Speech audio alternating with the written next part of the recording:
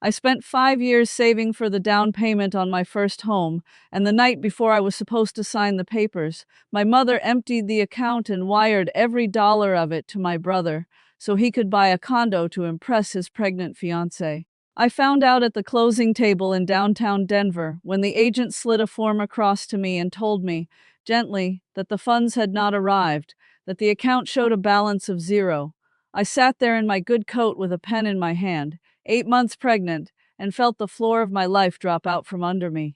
2 weeks later, at my brother's housewarming in the very condo my stolen money had paid for, my father put his hands on me and shoved me down a marble staircase to keep me quiet in front of his new rich friends.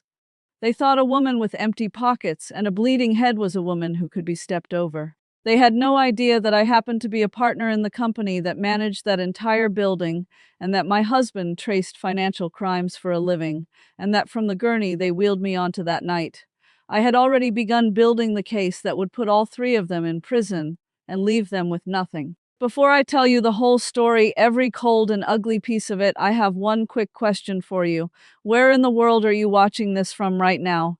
And what time is it where you are? Drop your city and your time in the comments below. I love seeing where my global family is tuning in from, and it gives me strength, which is something I had to learn to find inside myself, because for 28 years I found very little of it in the people who were supposed to give it to me. Go ahead and type it now, because what comes next is going to leave you stunned.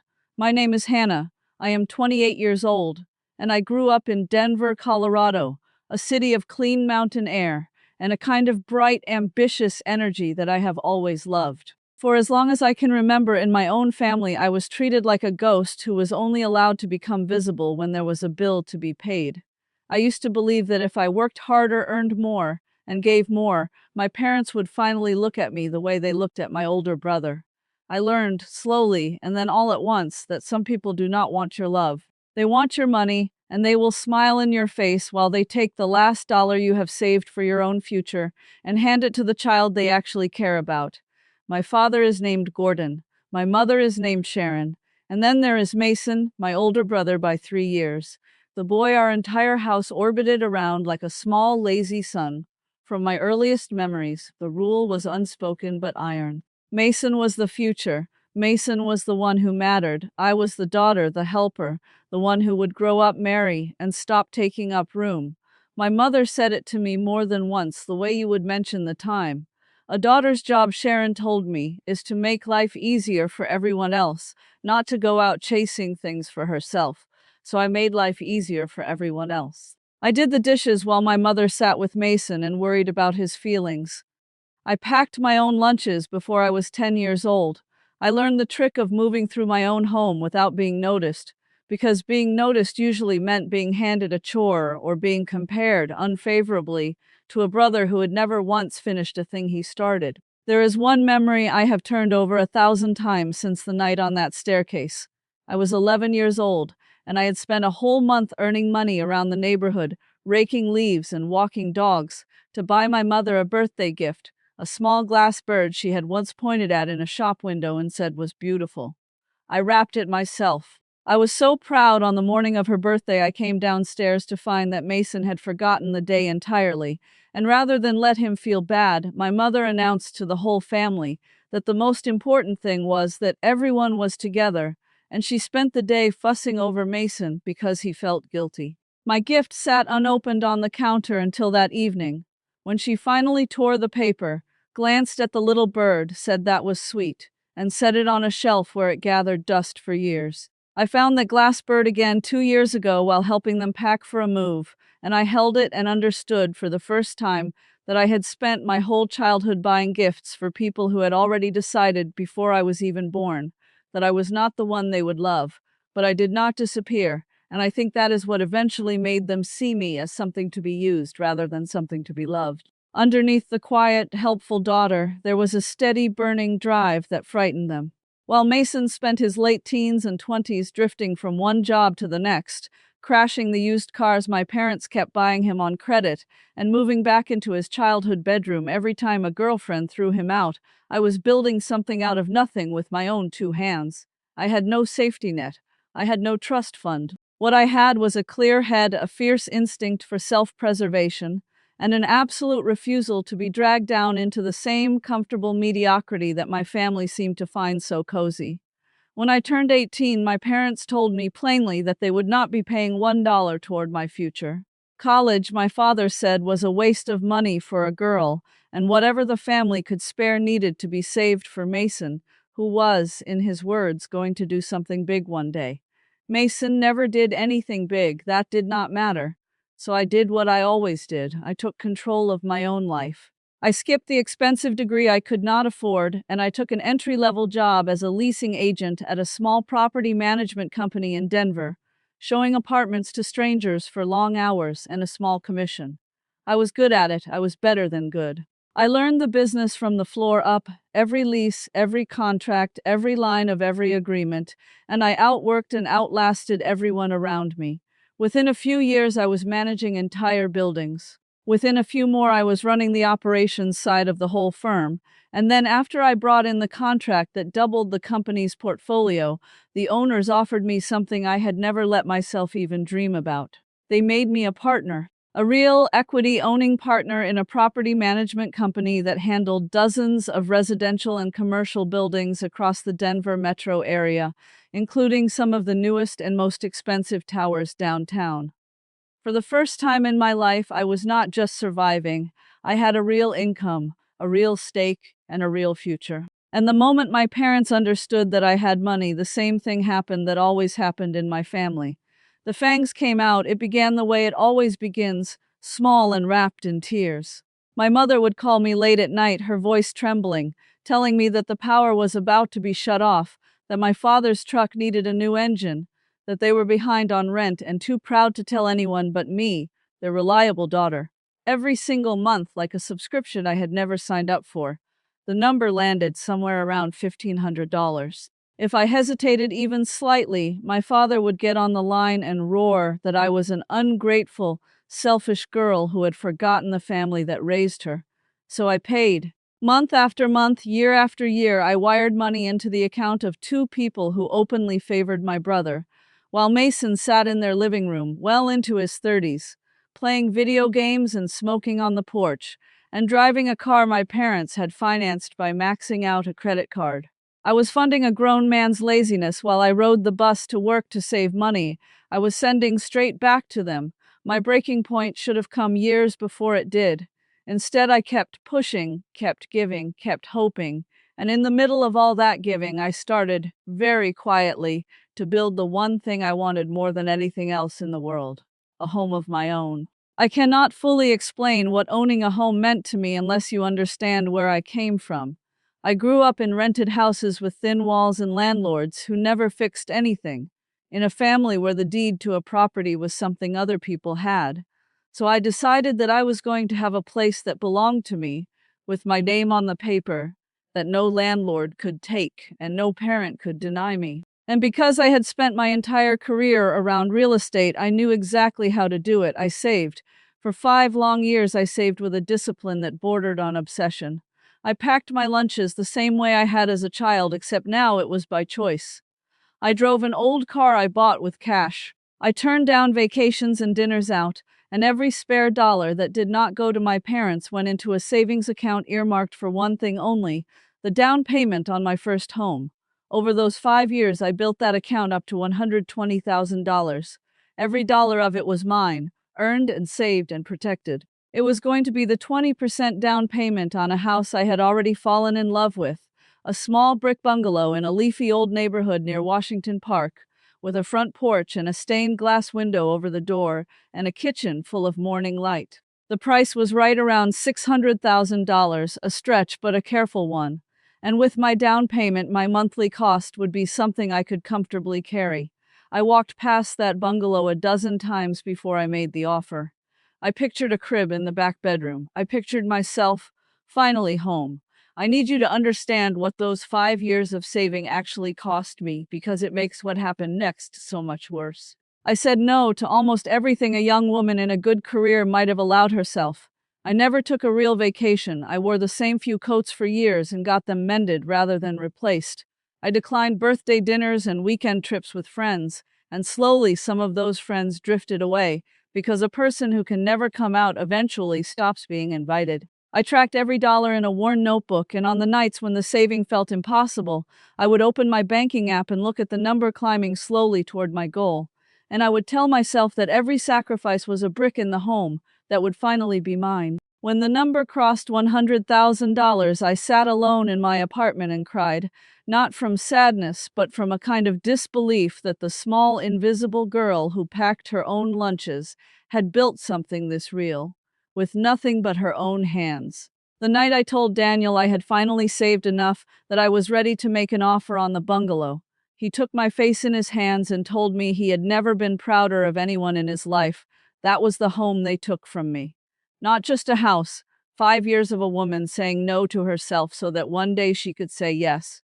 Here is the detail that everything turns on, the small, careless thing that almost destroyed me. Years earlier, back when I was barely making any money, my mother had convinced me to add her as a joint holder on my main savings account. She framed it as protection. What if something happens to you, she said. What if you are in an accident and we cannot access anything to help you? I was young and I still believed, against all the evidence, that my family wanted to protect me. So I added her name. And then I forgot about it the way you forget about a door you never use. For years it did not matter, because for years there was nothing in that account worth taking. By the time it held $120,000, the most important sum of money I had ever held in my life, I had completely forgotten that my mother had the keys to it. It was around this same time that I met Daniel. He came into my life through work, of all places. He was a forensic accountant, a man who spent his career untangling financial crimes, tracing stolen money through layers of accounts, finding the fingerprints people leave on transactions when they think no one is watching. We met when his firm was hired to audit one of the buildings my company managed, and over a week of dry meetings about ledgers and cash flow, I found myself looking forward to the dry meetings. Daniel was calm, precise, and almost impossible to fool, and he had a quiet warmth underneath all that precision that took me completely by surprise. Daniel was everything my family was not: steady, loyal, and incapable of being charmed by people he did not respect. We married just over a year and a half ago in a small ceremony with a few dozen guests. My parents came. They sat in the front row and barely smiled, and my mother spent the reception studying the other guests' jewelry with envy in her eyes, while my father cornered Daniel to ask, within the first hour, whether he had ever considered lending money to family. Daniel saw all of it. He saw the way my father only spoke to me when he needed something, the way my mother's praise always came with a hook in it. More than once he held my hand and told me gently that my parents did not love me, that they loved my bank account, and that I deserved a family that did not treat me like a vein to be tapped. He never demanded that I cut them off. He simply made it clear that whenever I was ready to stop walking back into that house, he would be standing right there beside me. I was not ready. I was still chasing the approval that had been dangled in front of me my whole life, still convinced that one more sacrifice, one more favor, would finally make them proud.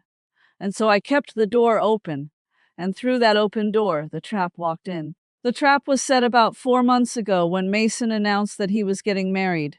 His fiancée was a woman named Brooke, who came from a loud, showy family on the wealthier side of Denver, the kind of people who valued a person by the car they drove and the address on their mail. Brooke was already a couple of months pregnant, and the wedding was being arranged quickly, and Mason, who was still drifting between dead-end jobs and drowning in debt, was desperate to look like a man who had arrived. He wanted to walk Brooke's parents through a beautiful home and have them believe that their daughter had married into success. He had no money to make that happen, but he had something better. He had a sister with a full bank account and parents who had spent a lifetime learning how to drain it. About a week before everything fell apart, Mason called me, and his voice was sweeter than I had heard it in years, dripping with a fake brotherly warmth that made my stomach turn. "Hey, big sis," he said. "Listen, Brooke and I found this incredible condo, a brand new place downtown, and her parents are flying in, and I really want to lock it down before they arrive so I can show them I am providing for their daughter. I just need a little help with the down payment, just a bridge, and I will pay you back the second I am on my feet. You are my sister. You would not want me to look like a failure in front of Brooke's family, right?" I told him no, as gently as I could. I told him that every dollar I had was committed, that I was about to close on my own home, the bungalow near the park, that this was the one thing in my entire life I had built for myself, and I could not touch it.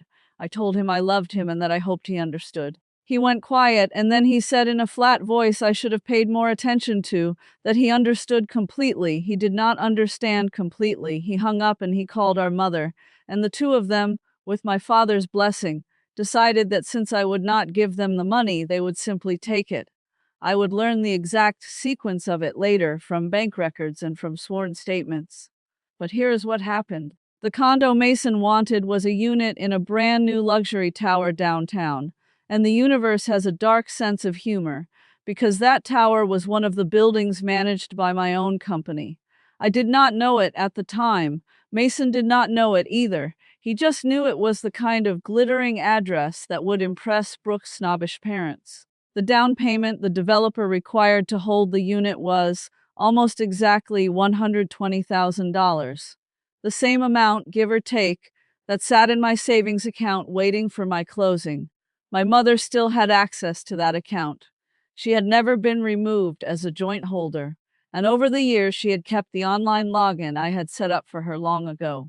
2 nights before I was scheduled to close on my bungalow, while I slept soundly believing the hardest part of my life was finally behind me, my mother logged into my account from her own home and initiated a wire transfer of $120,000, draining it to nearly zero, and sent it to the escrow account for Mason's condo. She did it quietly, in the middle of the night, and she told no one because she had decided the way she had decided everything my whole life, that what was mine was really the family's, and the family meant Mason. I found out at the closing table. I sat in a conference room in a title company office in downtown Denver, in my good coat, 8 months pregnant, with Daniel beside me and a pen in my hand, ready to sign for the home I had wanted my entire life.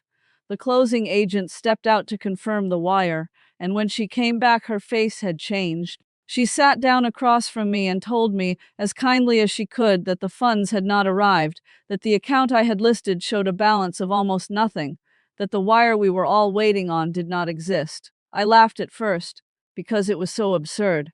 There has to be a mistake, I said. I have $120,000 in that account.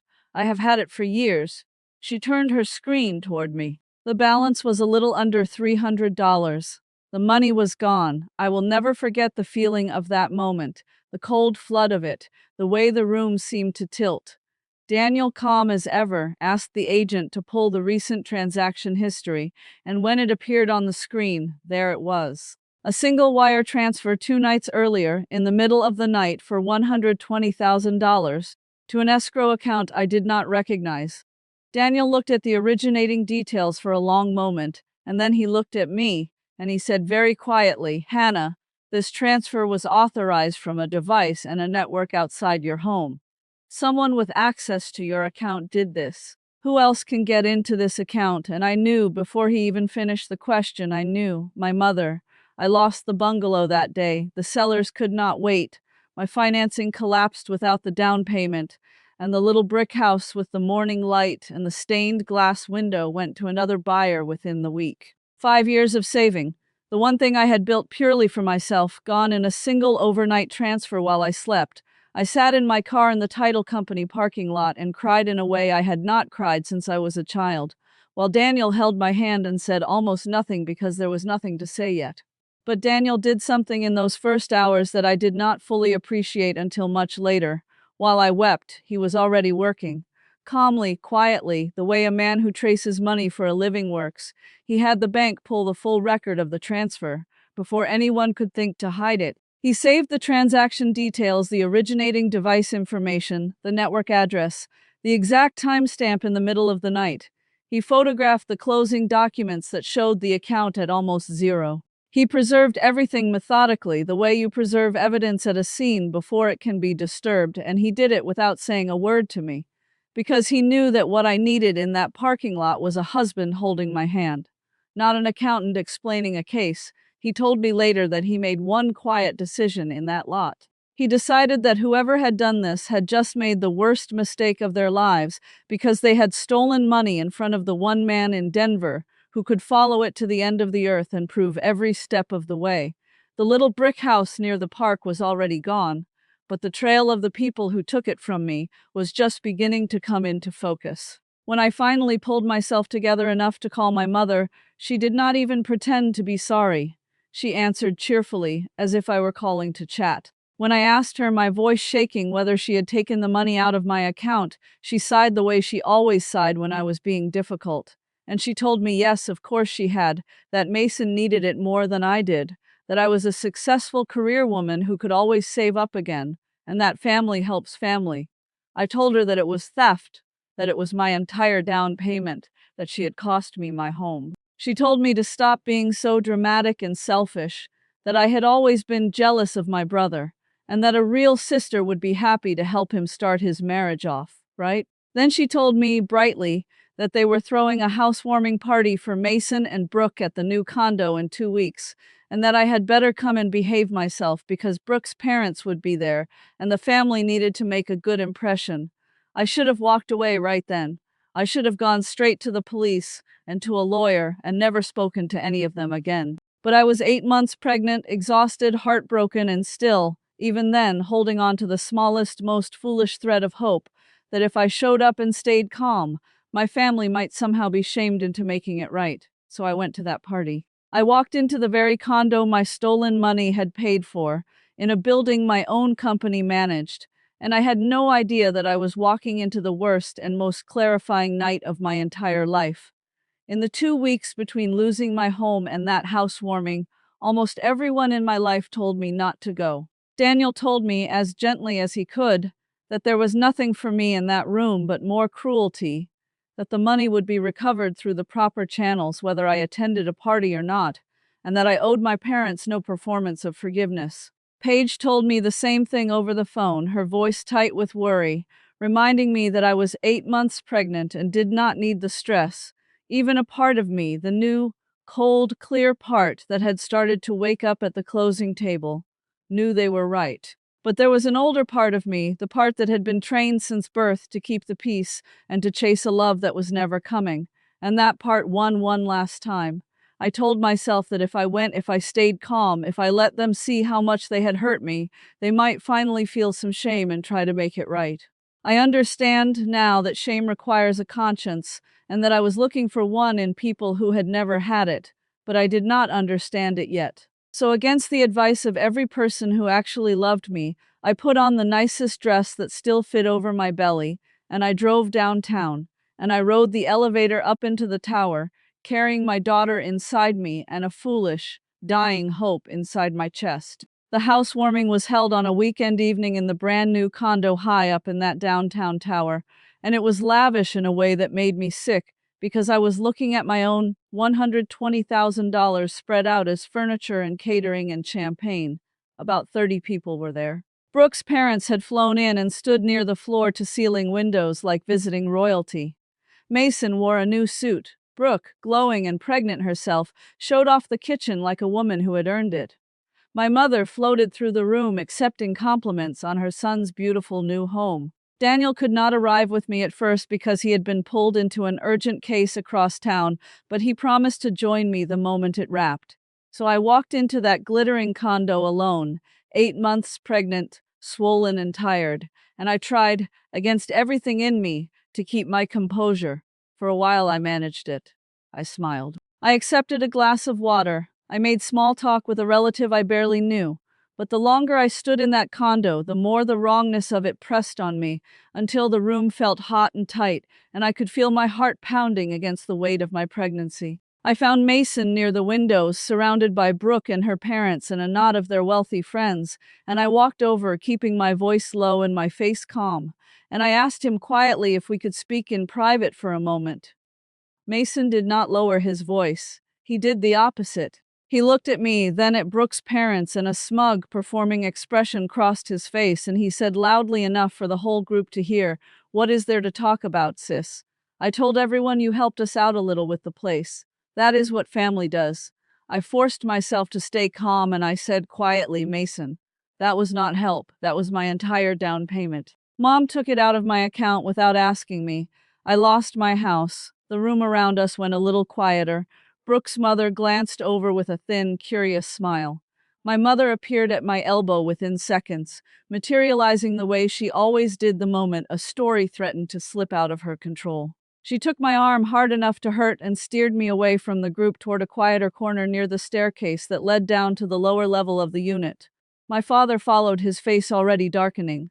In the corner, my mother hissed at me to lower my voice, that I was embarrassing the family, that I was not going to ruin Mason's night with my jealousy and my lies. My father leaned in close, his eyes hard, and told me that they had told Brooke's parents that Mason was a young man with a bright future who had bought this place himself, that I was rich and could save up again, and that I needed to shut my mouth and play along. I told him no. I told him with tears starting in my eyes but my voice steady that I would not play along, that what they had done was a crime, that they had stolen $120,000 from a pregnant woman and cost me my home, and that I was going to the police. Mason, who had drifted over to see what was happening, leaned in toward my father and said, in a low, ugly voice, "Dad, she is going to call the cops. She is going to tell Brooke's family we are all liars. She is destroying my life." That was the spark. My father had spent a lifetime believing that his son's image was worth more than his daughter's life, and the idea that the quiet, useful daughter might actually blow it all up in front of the people he was trying to impress lit something monstrous in him. His face twisted. He stopped seeing me as a pregnant woman, as his own child. He saw only an obstacle between his son and the lie he was selling. We were standing at the top of the staircase that curved down to the lower level of the condo, a beautiful, hard, polished marble staircase, and before I understood what was happening, my father put both of his hands flat against my chest and shoulders, and he shoved me with his full weight backward.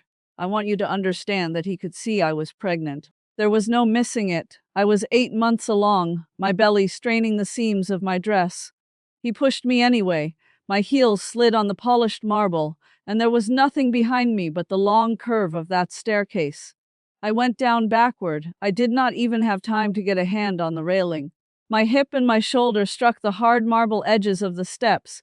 My head clipped the metal banister and split open above my eyebrow, and I tumbled down several steps before I landed hard on the cold stone of the lower landing, with all of my weight and the weight of my baby coming down at once. A white, blinding pain ripped across my lower belly and around into my back, a pain so total it did not feel like an injury so much as an alarm going off in every cell of my body. I lay there at the bottom of the staircase. Blood ran from my forehead into my eye. Both of my hands flew to my stomach. And then the contractions began, sharp and wrong and far, far too early, gripping me and releasing and gripping me again. My baby, I thought, not yet, please, not now. I tried to call for help, and what came out of me was a sound I did not recognize as my own voice. A raw scream torn out of the deepest part of me. I looked up the staircase, begging with my eyes, and what I saw froze the last warm thing inside me. No one came down to me. My mother stood at the top of the stairs, and instead of rushing to her bleeding, laboring daughter, she reached out and pulled Brooke back by the arm, telling her in a low, urgent voice to step back, to be careful, not to get any blood on her dress.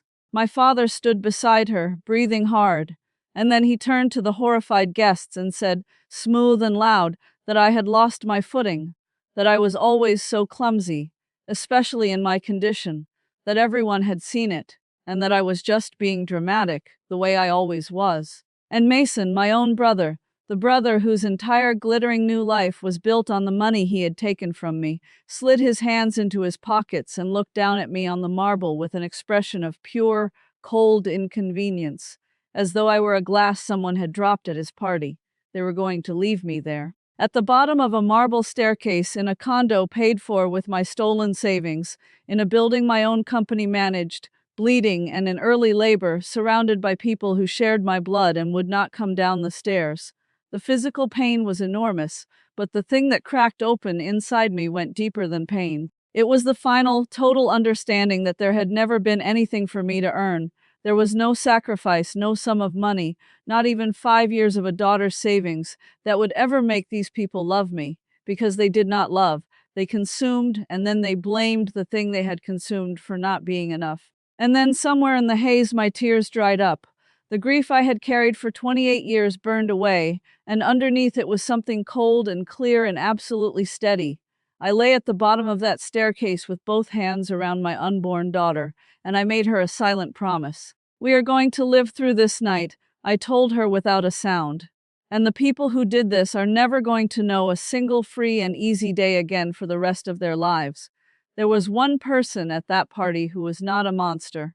My cousin Paige, my aunt's daughter, the one relative who had always been quietly kind to me, had heard the commotion and come around the corner. She took one look at me crumpled at the bottom of the stairs, bleeding and seizing with contractions, and she did not waste a breath on my parents. She rushed down the steps, knelt beside me, pressed her own folded scarf hard against the wound on my head, and with her free hand she called my husband, and then she called for an ambulance.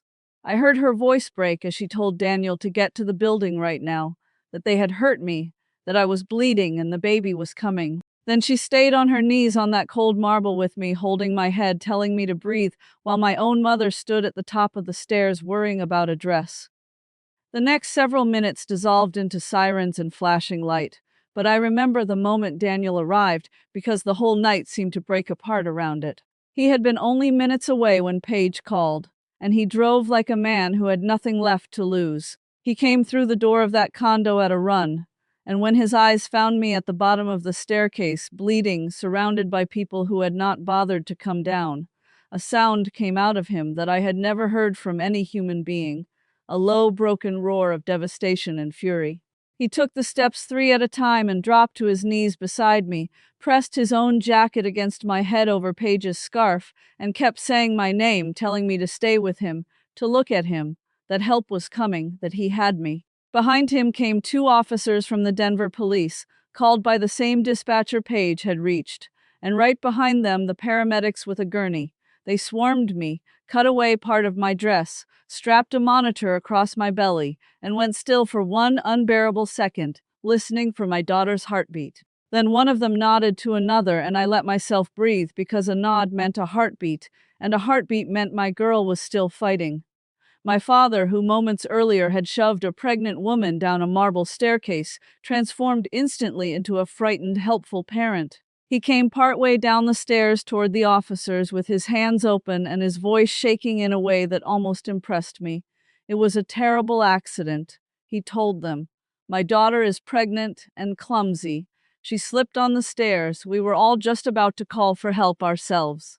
My mother dabbed at dry eyes. Brooke's parents stood frozen by the windows, watching the family they had wanted to join come apart on the marble. Daniel rose slowly to his feet. He is a tall man, and he stood up to his full height in front of my father and looked at him with an expression I will never forget because it was not hot rage. It was cold, precise, and certain, the look of a man who counts things for a living and has just finished counting. He told my father, very quietly, to stop talking. Then he turned to the officers and told them several things that ended the performance on the spot. He told them his name and that he was a forensic accountant who investigated financial crimes. He told them that 2 nights earlier, $120,000 had been wired out of his wife's savings account in the middle of the night, without her authorization, and used as the down payment on the very condo they were all standing in, and that he could prove exactly which device and which network had authorized that transfer. And then he pointed first to the small dark dome of a security camera in the ceiling of the unit, and then toward the hallway, and he told them that this entire building was wired for security, top to bottom, and that the footage of what had just happened on that staircase was already being preserved because, he said, his voice flat and certain, the company that manages this building and controls that footage is a company in which my wife is a partner. The color drained out of my father's face. My mother's hand flew to her mouth. Mason, who had been quietly drifting toward the door, found his path blocked by one of the officers who rested a hand on his arm and asked him to stay exactly where he was. The whole story, the clumsy daughter, the generous family, the successful son who bought his own home, collapsed in the space of a single breath, because in one sentence my husband had revealed that the money was stolen, the fall was on camera, and the building itself belonged, in part, to the woman they had just left bleeding on the floor. Before the paramedics lifted me onto the gurney, Daniel climbed up beside me, and just before they wheeled me toward the elevator, he looked back at my father, my mother, and my brother, standing on the staircase in the flashing red and blue light, and he said something to them in a voice low enough that only the closest people heard it, and steady enough that every word landed like a stone dropped into still water. "You did not just steal from her," he said. "You tried to kill my wife and my child to cover it up.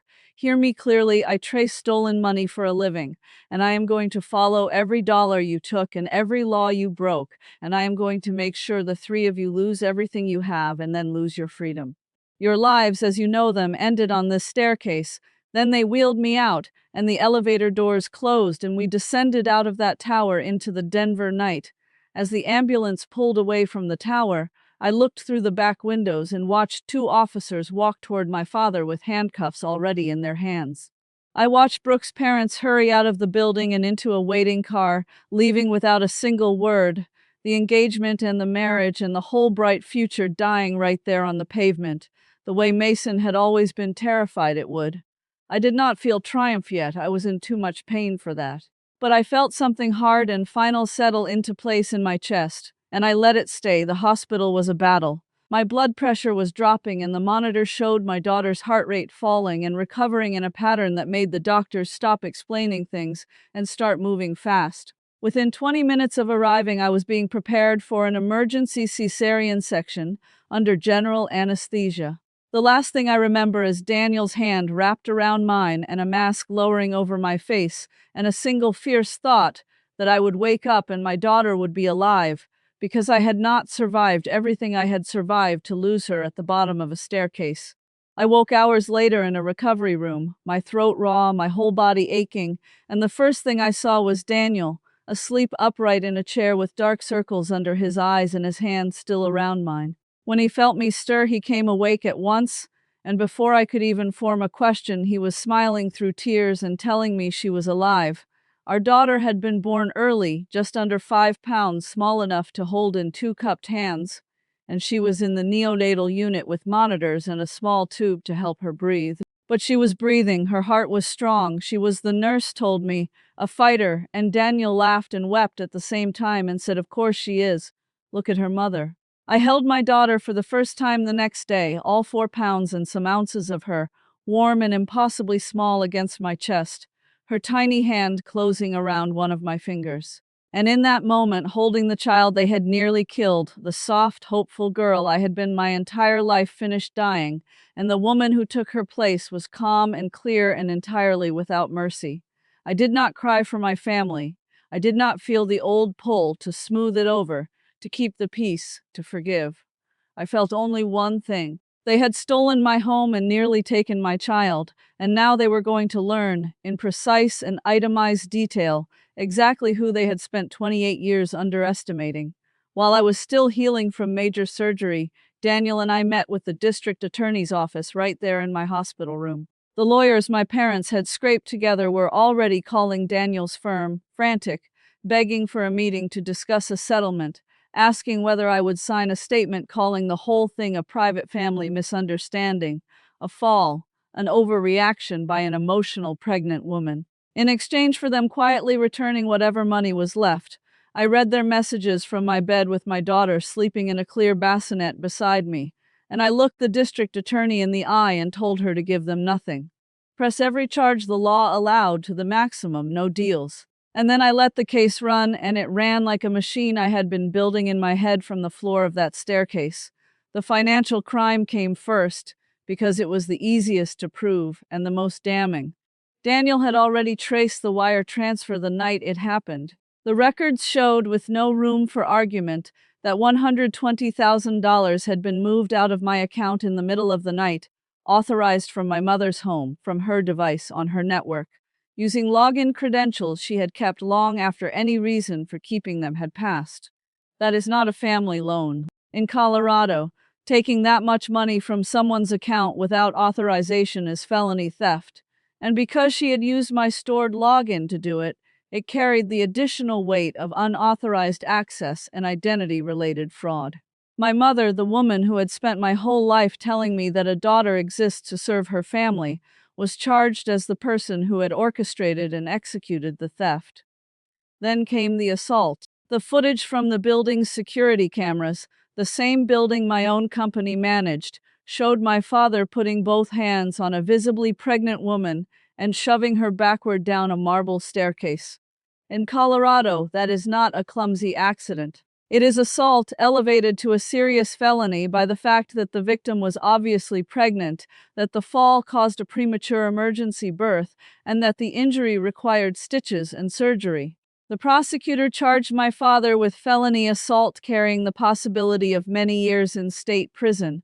For Mason, the charges were built on the money. He had knowingly accepted and used $120,000 that he understood had been taken from his sister without her consent, and he had done it to deceive his fiance's family. That made him part of the theft, a knowing recipient of stolen funds and a participant in the conspiracy to take them, and he was charged accordingly. The brother who had wanted so badly to look successful in front of Brooke's parents was about to become the most public kind of failure there is. But the criminal charges were only one front. I wanted them to feel, in their bank accounts and in their daily lives, the exact ruin they had inflicted on me without a flicker of guilt. I started with the money itself because the $120,000 was provably stolen. My attorney moved immediately to freeze it and claw it back from the escrow and from the condo purchase. The transaction Mason had been so proud of, the down payment that was supposed to make him look like a man who had arrived, was now legally poisoned. When a lender discovers that the down payment on a property was stolen funds under active criminal investigation, the deal does not survive. The financing fell apart. The developer rescinded the sale. The glittering condo in the downtown tower, the whole stage Mason had built to impress Brooke's family, slipped out of his hands within weeks, and my money began its slow way back to me. Mason was left with no condo, no fiancé, and no future, standing exactly where he had started, except now with a felony charge attached to his name. There was a strange, quiet moment in all of this that I will never forget. A few weeks after the night on the staircase, in my role as a partner in the company, I sat in a routine meeting about that very tower, and the building manager, not knowing the personal weight of any of it, mentioned that the unit on the upper floor had fallen out of contract and would be going back on the market, and asked whether we should adjust the listing. I looked at the file, at the unit number that had nearly cost me my life and my daughter, and I felt something settle in me that was almost peaceful. I had walked into that building as a guest, bleeding, stepped over by my own blood. I walked back into it as one of the people who decided its future.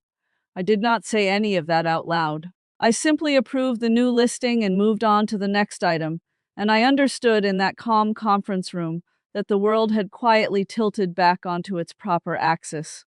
The people who had treated me as powerless had never once bothered to learn what I actually did for a living, or whose name was on the contract that governed the very floor they threw their party on. Their whole plan had rested on the assumption that I was small. I had never been small. I had only ever been quiet. Then I cut every financial artery I had kept open for that family for over a decade. For years I had quietly paid for things they pretended they handled themselves. I had been covering the rent on the house my parents lived in through an account they did not control, and I broke that lease and stopped the payments, and a corporate eviction notice went up on their door while they were sitting in a county jail unable to afford the bail Daniel's lawyers had successfully argued should be set high. I closed the cell phone plan I had been paying for all three of them. I shut down the credit cards they had opened in my name years earlier, the ones I had been quietly absorbing out of guilt, and I reported each one. I canceled the insurance, the small automatic payments, every quiet stream of my money that had been keeping their lives afloat without their ever acknowledging it. For my whole life they had treated me as a machine that dispensed money on demand, so I did the simplest and most devastating thing I could do. I reached over and switched the machine off, and I left them in the cold and the dark and the debt they had always assumed was somebody else's problem. What surprised me in the doing of it was how little of it felt like revenge and how much of it felt like simple correction. Every payment I stopped was a payment I should never have been making. Every account I closed was an account that should never have existed in my name. I was not reaching out to harm them so much as withdrawing the parts of myself that I had let them live on for over a decade. When you have spent your whole life as the foundation holding up a house full of people who hold you in contempt, the most powerful thing you can do is not to knock the house down.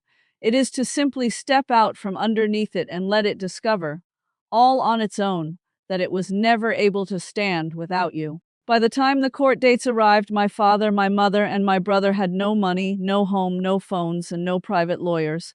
They were handed an overworked public defender who looked, on the video screen, as if he had given up before the first hearing began.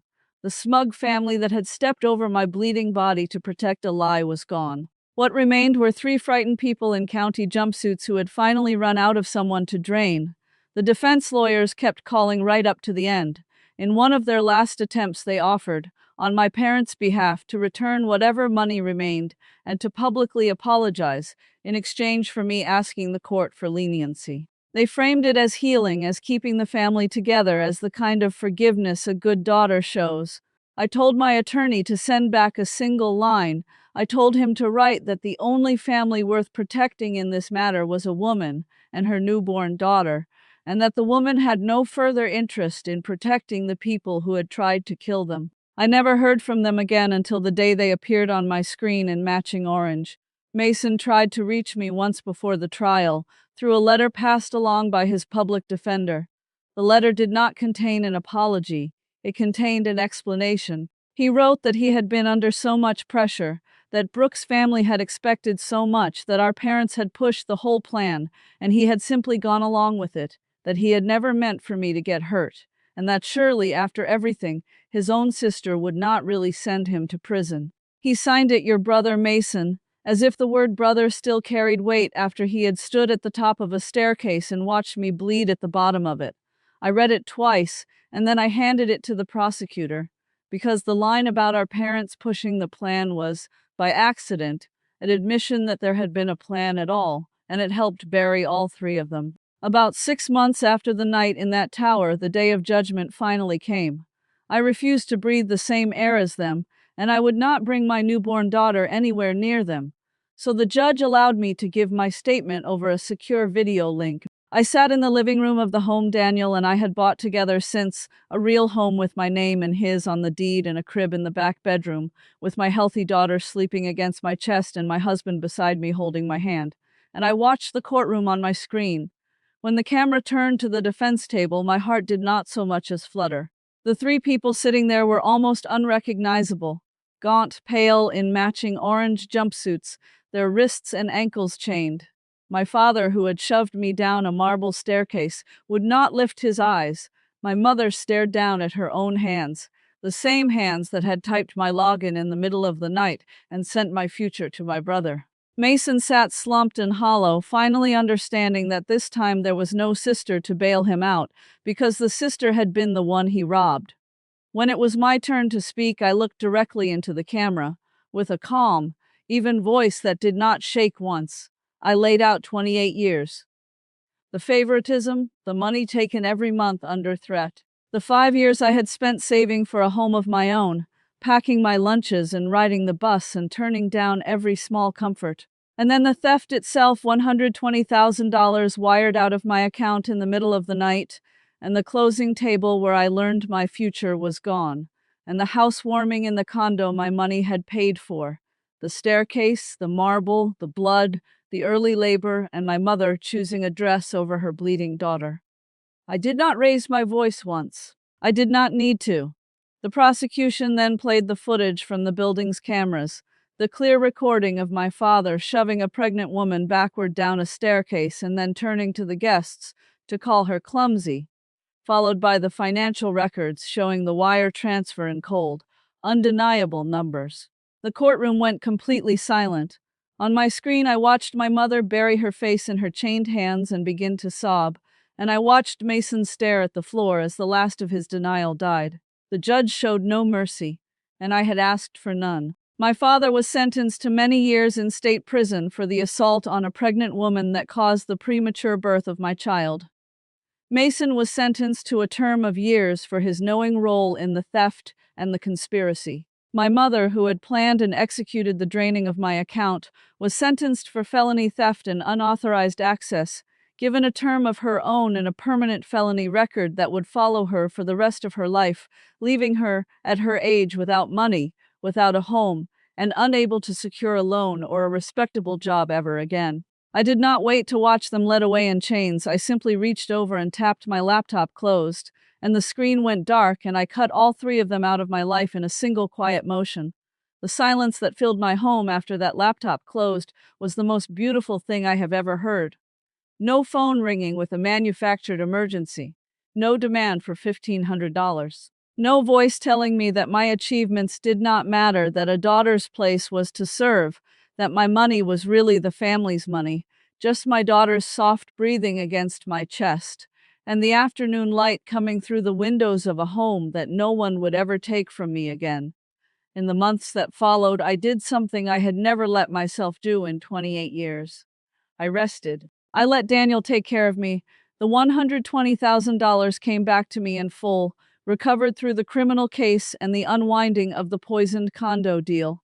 And Daniel and I used it, along with what we had saved together, to buy a home, a real one, with both of our names on the deed. It was not the little bungalow near the park because that one had gone to someone else, but it was better because it was ours and it was safe and no one had a login to it but us.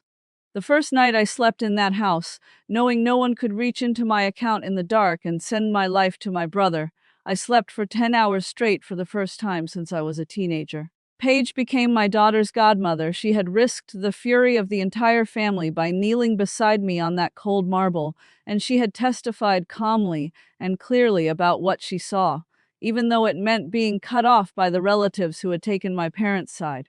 I made sure she would never be alone for it. She comes for dinner every week now, and she holds the baby while Daniel and I cook, and sometimes I look across my kitchen at the two of them laughing, and I think about how a real family is not the one you are assigned at birth, but the one that comes down the stairs when you are bleeding and chooses to stay. People sometimes ask me whether I feel guilt, whether I lie awake thinking about my mother in a small rented room with a felony record, or my father in a state prison cell, or my brother, who wanted so badly to look like a success and is now a convicted thief. The honest answer is no. For a long time, I thought the absence of guilt would feel cold, that I would have to turn into someone hard and unrecognizable to live without it. It did not feel cold at all. It felt like setting down a heavy pack I had been carrying up a mountain since before I could remember. They made their choices, on camera, with my pregnant body in front of them, and the consequences that followed were not cruelty on my part. They were simply the weight of their own actions, finally landing on the people who committed them, instead of on me. I want to tell you what I learned because I think it is the only thing in this whole story worth carrying out of it. For 28 years, I believed that if I gave enough, I would finally be loved. I gave them my childhood, my labor, my obedience, and in the end, I nearly gave them the home I had saved 5 years to buy. None of it ever moved them, because love was never the currency they dealt in. You cannot buy affection from people who see you as a resource. You can only stop letting them spend you. Blood did not make those people my family. Gordon, Sharon, and Mason shared my blood, and they drained my savings and shoved me down a staircase to protect a lie. Daniel, who held my hand through a cesarean section and traced every stolen dollar back to its source, and Paige, who knelt on cold marble and pressed her own scarf to my head, and my daughter, who fought her way into the world at under 5 pounds, and lived.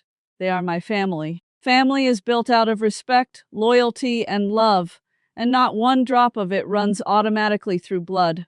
I am safe now. I am healthy. My daughter is thriving, growing bigger and louder and more stubborn every single day, and when she is old enough, I will teach her the lesson it took me my whole life to learn, that she never has to earn her place in the heart of anyone who truly loves her, and that her money, her work, and her future belong to her and to no one else.